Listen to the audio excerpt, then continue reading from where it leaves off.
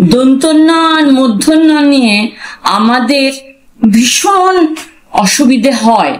আমরা যারা খাতা দেখেছি, টিচার ছিলাম, তখন কোথাও না কোথাও হট করে একটা মূর্ধন্য বসিয়ে দিল যেখানে দন্তন্য বসাতে হয়। আসল কথা হচ্ছে, একটা জিনিস যে কোনো ছোটদের বলে দেবেন, যারা বড়রা শুনছেন বা ছোটরা শুনছো, তারা মাথায় রাখবে, একমাত্র তোমার নিজন্ত ক্রিয়া বাদ দিয়ে, মূর্ধন্য দিয়ে কোনো জিনিস আরম্ভ হয় না। কোনো শব্দ সবসময় যখন শুনবে একটা শব্দে দুটো ন আছে, তিনটে বর্ণের, তখন বা রেফ আছে, সেই বর্ণের নটা তোমার মূর্ধন্য হবে। যেমন বর্ণ মূর্ধন্য হবে, বর্ণ না মূর্ধন্য, তারপরেটা দন্তন্য।